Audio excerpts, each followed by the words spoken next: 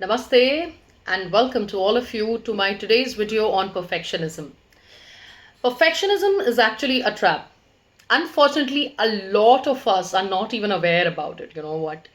I've heard a lot of women say, I have not been able to do that because of my, problems of perfectionism, but yet they are not actually meaning that they think it's a problem.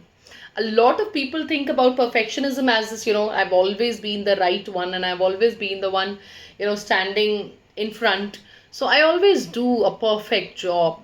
Okay. Many people don't even realize that it's a trap for a number of things, right? So today we are going to learn what is perfectionism, where did it sprout from, how is it a problem, and how to pass through it, how to get rid of this problem.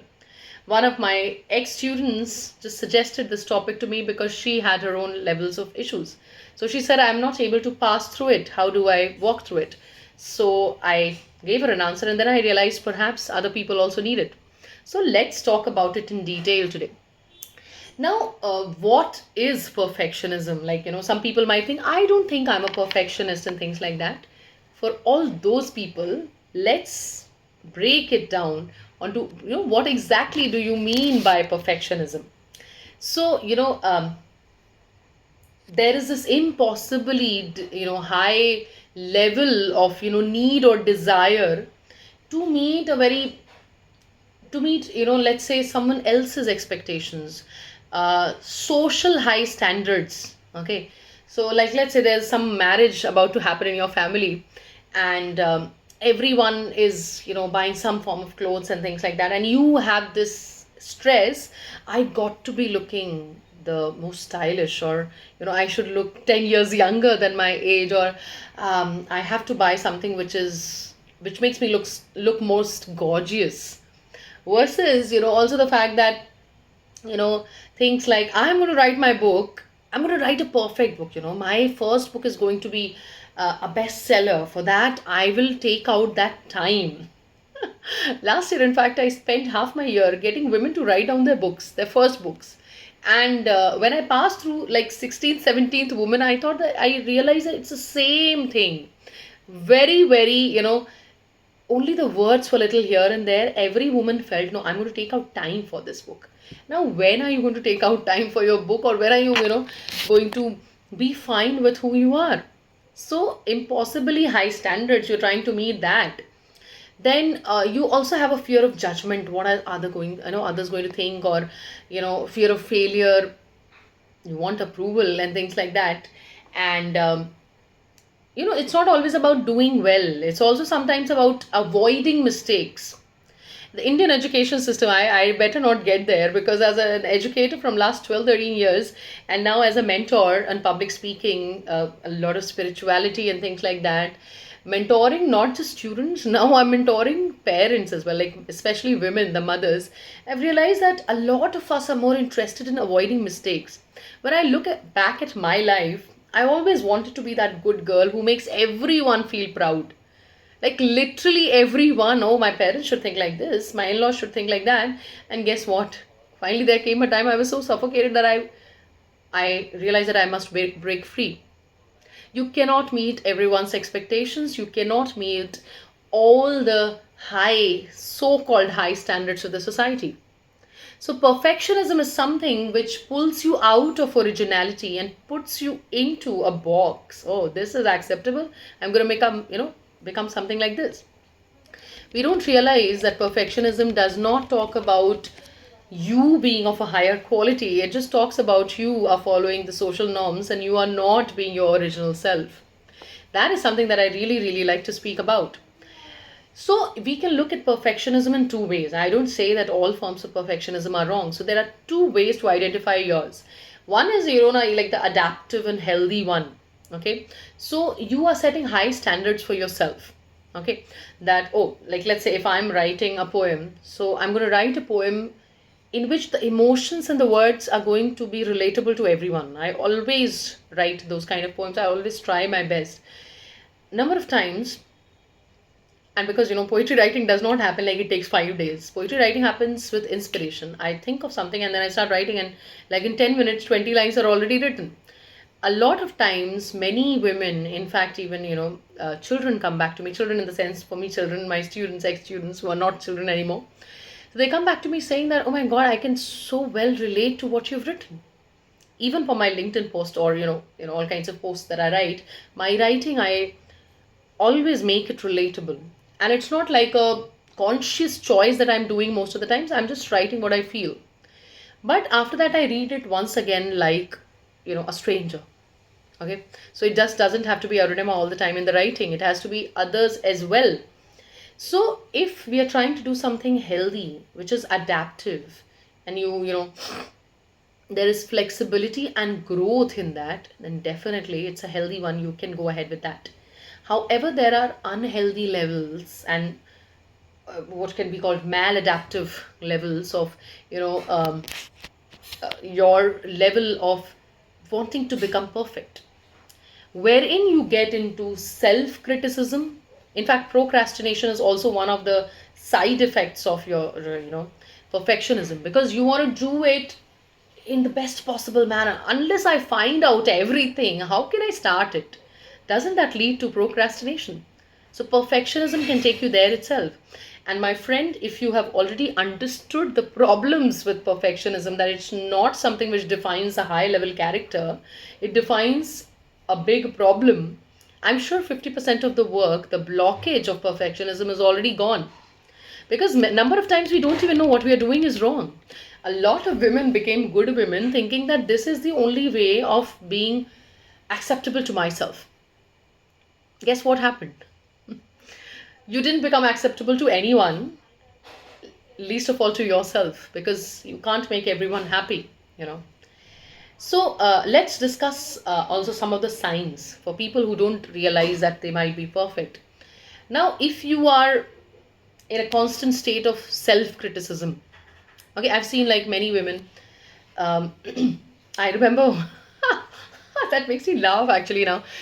5 years ago, I was in a different city, and there was this lady who was, she was my senior in terms of you know, um, the job. Obviously, she was far more senior, and she tells me that, Arunima, you're not so good looking, but you still maintain, the way you wear sari and the way you speak and everything, like it all covers up. And I just gave her a smile, and I didn't want to speak further at all, because I understood where it came from. Okay. I didn't want to understand that she was jealous because, students liked me and things like that, or I could do work on time and I didn't have problems with a lot of my colleagues. But I also understood that she was also having this great problem of self criticism. Okay. So the next day when I sat with her, she was criticizing herself. And then I understood, oh my God, she suffers from a problem. Like, so she has a lens of criticism towards everyone. Why it was not at all sensible for her to tell me that I'm not good looking. I think I'm very beautiful, and it doesn't really matter whatever anyone else thinks. But she said that because she also had the same kind of problems with herself. And she thought as a senior she could tell me that. And I didn't say anything further to her, but with my smile and silence, she understood that this kind of conversation will not happen with me in future. A lot of people have such critical lenses, not just for others, but even for themselves. On purpose today, I'm neither wearing a kajal mascara nor a lipstick because I wanted to look imperfect in this video. Because being imperfect is what I am. And what do you mean by imperfect? That's something for towards the end. I'm going to talk about it. So if you have this feeling of not being good enough, oh, I'm not thin enough, I'm not tall enough, she doesn't need to wear heels, she wears a sari and she looks good. I've heard many people say that. You look so nice when you wear a sari, all because you have a height, you're tall. Whatever.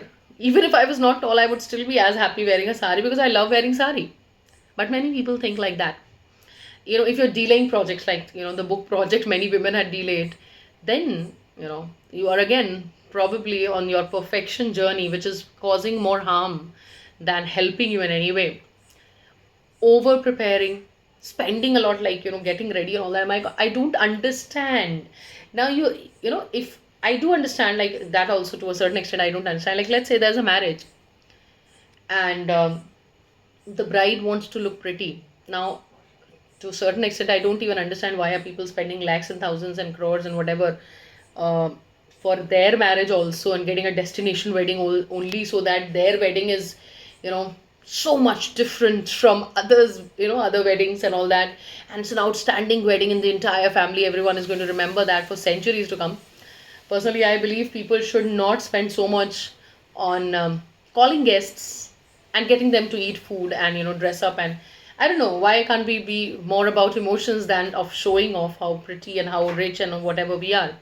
So let's imagine on one such situation, on one such event, your major idea is to get ready. Good enough. You want to get ready and look pretty, very nice. But if your major idea is to look the prettiest, the most glamorous, and oh my god, anyone who looks should remember me for centuries to come, that this lady, oh my god, she was looking the prettiest. It's a big problem. You know, of wanting to, be outstanding in that when taking so much stress. Okay. If you're taking stress at any cost, it tells me that, you, not only me, you should also understand you are being a perfectionist, which is actually a big problem. Some people are also perfect because they don't like to be criticized, or they don't like to receive feedback as well. They have a major issue thinking, oh my god, I committed a mistake. Oh my god, please, after a number of years being as a teacher, I'm still open to, I still ask my students, after 1 week, after 1 month, after 6 months, is there something that I change in my way of teaching that will make you happy, and make you happy, or it will make the situation better, like it will be much easier for you to learn. In a certain school, when I was in Dehradun, after 1 week the students told me, ma'am, you speak very fast. They also told me that, ma'am, your accent and pronunciations are foreign to us, we don't understand at times. In fact, one child said something like, he said that, ma'am जब आप बोलते हो तो बहुत अच्छा लगता है पर समझ नहीं आता है आप क्या बोलते हो, लगता है सुनते जाएं बट समझ नहीं आता है. So that was obviously like a tight slap on my face. Obviously that child really meant it, that boy really meant it, like he really admired me, and he said that you speak so well, but then he could not understand. So that was not really, I was not really doing a great job as a teacher. So obviously then after that, the next thing that I did was I started speaking a little slowly. Some of my words, the vocabulary, I had to make it simpler, and my pronunciation, so I had to repeat myself, because the student should understand the teacher, otherwise there's no use of the teacher, right? So you should always be open to making mistakes, you should always be open to receiving feedback. When you're open to making mistakes, then only can you be innovative. Okay, then you only can you be ingenious, like ingenious in the sense that unless you're open to new things in your life, which means you might make mistakes, you cannot reach there. And feedback is very important, because how do we know how the others are taking us, right? So these might be some of the signs. And if you talk about the hidden costs of perfectionism, a lot of mental exhaustion, stress, and burnout. Oh my god, to an extent that why to take so much time and do something which you actually don't know how the others are going to receive. Okay, so you might as well put out your best and then just watch. Okay, there are many opportunities also lost or due to all this strings attached. I have to be perfect. Then when you are in the perfectionist syndrome, I'd say, there's no such word, I'm sure, like no such term, but again I'd say that you also lose upon relationships, frankly. Because if you want to be perfect from your side, I'm going to do everything, then you also expect it from others. Okay, that creates a huge imbalance. Okay, and your creativity will get reduced. And because experimentation is killed through perfectionism, and there I will come back to that thing what I said. What perfectionism is? Perfectionism is the death of you. Because what does perfectionism after all mean? Perfectionism means the social validations or something that is considered to be the best. Now, where does this word perfect come from? Think about it. Word perfect means that, now let's say if I ask you, you're in front of me, we are sitting live, one to one, and I ask you, do you think I'm beautiful? You just got 1 second to say yes. Because if you take more than 1 second, then it means that you don't think I'm beautiful. Because if you really feel I'm beautiful, the answer should come instantly. Otherwise, if you have to think if I'm beautiful, then you don't really feel that I'm beautiful. What I'm trying to say at the moment is that, you know, your original aspect can never come till the time you follow perfectionism. Then you are going according to the world's idea of beauty or the world's idea of what is right. Then where are you? The world was created by God, but perfectionism or social validations or social right and wrong in judgment were made by humans. When you go according to perfectionism, there is no you. You just become like others, you know. So it's just like, reproduction of the Maggie packets, everything is just the same, right? I'm hoping I'm hoping I'm understandable at the moment. Psychological roots of perfectionism mainly come from childhood issues. Childhood issues, like, in fact, school toppers are also blamed for that, because they want to be perfect at all the subjects, and there's a major research on that. I'm not even, you know, so no, I was good at subjects, but I was not a topper. But anyways, that has been seen. I have seen my own, where I studied, the school toppers, not all of them are doing something brilliant or something like we expected. School is a mini society. When you expect your child to be a topper across subjects, be ready that the child is going to be highly confused about which subject the child wants to study. Okay? The child should know while being in school which of these subjects do I like, versus wanting to perform well across subject means the child is going to study all the subjects without bias. Then the child will never know what the child actually liked or was interested in. Oh, this is also interesting, that is also interesting. Which is the one meant for me? I think I was always clear about English being my favorite subject. Yeah, and physics as well. And that's how I came back to quantum physics. Anyway, so childhood praise for, and that achievers thing, I want to be that achiever. Always wanting to be in the good books of your parents, and you like the teachers to always appreciate you. So you always do that best thing. That's a problem. Okay. The comparison culture. I really dislike those parents who have still not understood that you should not compare your children with others, or even amongst your children. Look at him, he's doing this so much better. Don't do that. And even for teachers, educators, anyone, do not compare. Everyone is a separate being. Fear of rejection and judgment. Oh my God, that's something that comes through the childhood. And I'm hoping everyone knows here, whoever is listening to me, the fact that till the age of 7, children are, you know, at a very, at that state, let me, not get into jargon, at the state where a person has to be taken through hypnosis. So they are in a hypnotic state till the age of 7. Whatever happens in their life at that point of time is going to be a major, major part of their subconscious mind. That's something that they are going to repeat throughout their lifetimes. And that is why it said, please be gentle to children. Okay. So, coming to the next idea of understanding now how to break free, very, very important. I would give you 3 very simple, very easy, but very powerful techniques to actually, cross through it, to move out of this, to begin at least moving out of it. The first one being, when you are setting targets, don't set perfection anywhere. Okay, set done targets than perfect targets. Like, let's say I make a target of, I have to write 5 LinkedIn posts, and I have to write 5 poems, and this, that, and the other. So let's imagine 15 pieces I have to write, and then 5 videos I have to make. Like today's video itself, I've written all into, I've written down like 5 6 words over here, and I'm just following them. So the idea should be to give quality in a way which is also personal in the sense that comes out of my heart and on my experience and my knowledge. If I would sit down to find everything related to perfectionism today, my video would be like 2 hours long, and perhaps no one will be interested in watching. If I write a LinkedIn post in which I'm trying to give all forms of information, first of all, LinkedIn is not going to accept that long a post in the first place, but it needs a conversational kind of a post, right? And if you talk about books also, if I get into perfection My idea of perfection may be, like, let's say if I'm writing a love story, then I would, read thousands of other love stories before writing my own. No, I have not done that. I wrote my first love story, the first novel, in 6 nights, okay? And it happened to be someone's real love story. So, but when I was writing, it was all pouring down, and I did not care to go back to it again.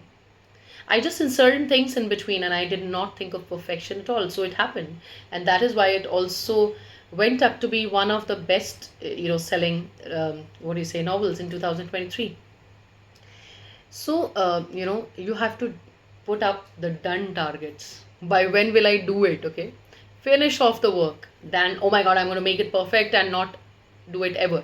Because there are many women who come to me and they say, and at least three women I remember not coming back to me for the books. They said, I have already written a lot. And that a lot was only 2,000 words. The smallest book should have 25,000 words. So according to them, they were doing perfect. No, I'm like looking at the same thing, and the same 2,000 words is being put here and there, never comes out. So please set the done targets, and not the deadline should not be the perfect work done. It should be the done. Next thing that you can do is you can focus on progress, not outcome. This is something which is a part of law of attraction. Also, let me tell you that you know when you look back, you can join the dots and you can see how much have I moved ahead. Okay. And like something like kaizen and Phaizen, I'm sure people know about it. You must take baby steps every day instead of thinking that today I'm going to finish this off. I've been there, so I should not be speaking about it, but because I have experience, so I'm telling you. So on certain occasions, I've also managed to read 3 books in the in like only 24 hours. Yes, in only 24 hours, managing to sleep also and managing to do some other work also, I've managed to finish around 550 to 600 pages. And at that point of time, I was young, not just young, like only 5 years ago. But then those 5 books were over. There was also kind of a sadness. Oh my God, that got over. Now, the new trend that I'm following in my life, which is giving me a much more wholesome feeling, that feeling of fulfillment, is that I take a few days to enjoy the book. Okay, like I savor the book. Okay, so the last book I read, I took 5 days. Okay, to read that book, to finish it off, and I kept around 2 to 3 hours every day. I would read it and I would reflect over it. I would think, oh my God, so beautiful. Okay, versus like reading the entire book in one go, and thinking about it later. Oh, that book was nice. So I lived with the book. Okay, so focus on progress, not outcome, in the sense that, like in Bhagavad Gita, they say, कर्म कर, फल की चिंता मत कर. Okay, फल की चिंता आपको क्यों नहीं करनी चाहिए? Because you can just do your work. Don't, perfectionism steps in when you think of the target, when you think of the outcome. Stop thinking about that. Then you will be able to do it faster. Okay, so you should have a progress journal where even the small steps count, right? Now, so my life has been filled with a lot of problems. Actually, if I discuss my life someday, people will think, how did she come here? How did she talking on the video as well? But I take pride in saying that I passed through all these things, and today I'm still happy. Today my mental, emotional, spiritual health is great. So the fact that I don't look at it from the financial point of view always. Oh gosh, I should have been somewhere else. I look at the point of view that I'm happy, and I think the biggest target everyone is having till date is, till on the planet, happiness. Some people are following money. I'm not saying that money is not great. That is on my, one of the targets in future. But you should look at what you have at the moment, and you should look at how far have you come, rather than how much qualitative work have you done. Quality is important, but not to the extent that it brings stress.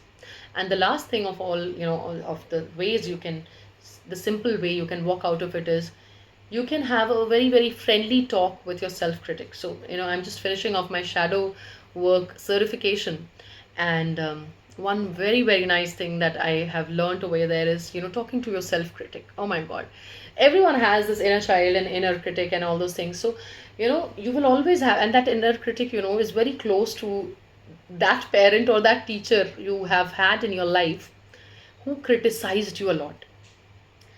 Now, parents and teachers criticize us, or I as a parent or I as a teacher criticize the children because I want them to grow in their life, to know what is right. But it may not be the right way to criticize them. Okay. So I suggest, like when you see that you are getting into self criticism a lot, then there is one question you can ask yourself. Very, very beautiful question. You can ask, if my best friend did this, would I respond in the same manner? Okay. Like let's say I committed an error and then I'm like feeling guilty, oh my God, oh my God, oh my God, whatever. But then I put it on to someone else, someone I love. If my best friend did this, or if my elder son did this, if my mother would have done this, would I be as critical as I am right now? And you will get a no as an answer, let me tell you. Because we are the biggest critics of ourselves. So, this kind of a conversation, this kind of a role play, or maybe even scripting, maybe writing this down will help you big time. These three, you can try any one of them. And if you do try, and if it does help, please, please let me know in the comments. Or if you know me personally on WhatsApp or Messenger. So that's it for today. I'll just end with the idea that, uh, you must remember whenever you find yourself being that perfect, self, or trying to, be in that perfect syndrome, always remember you are not allowing yourself an expression. You are killing your own voice. And you are taking the voice of the world, which in itself is not perfect. That's it for today. Signing off, Arunima. Namaste. Thank you so much.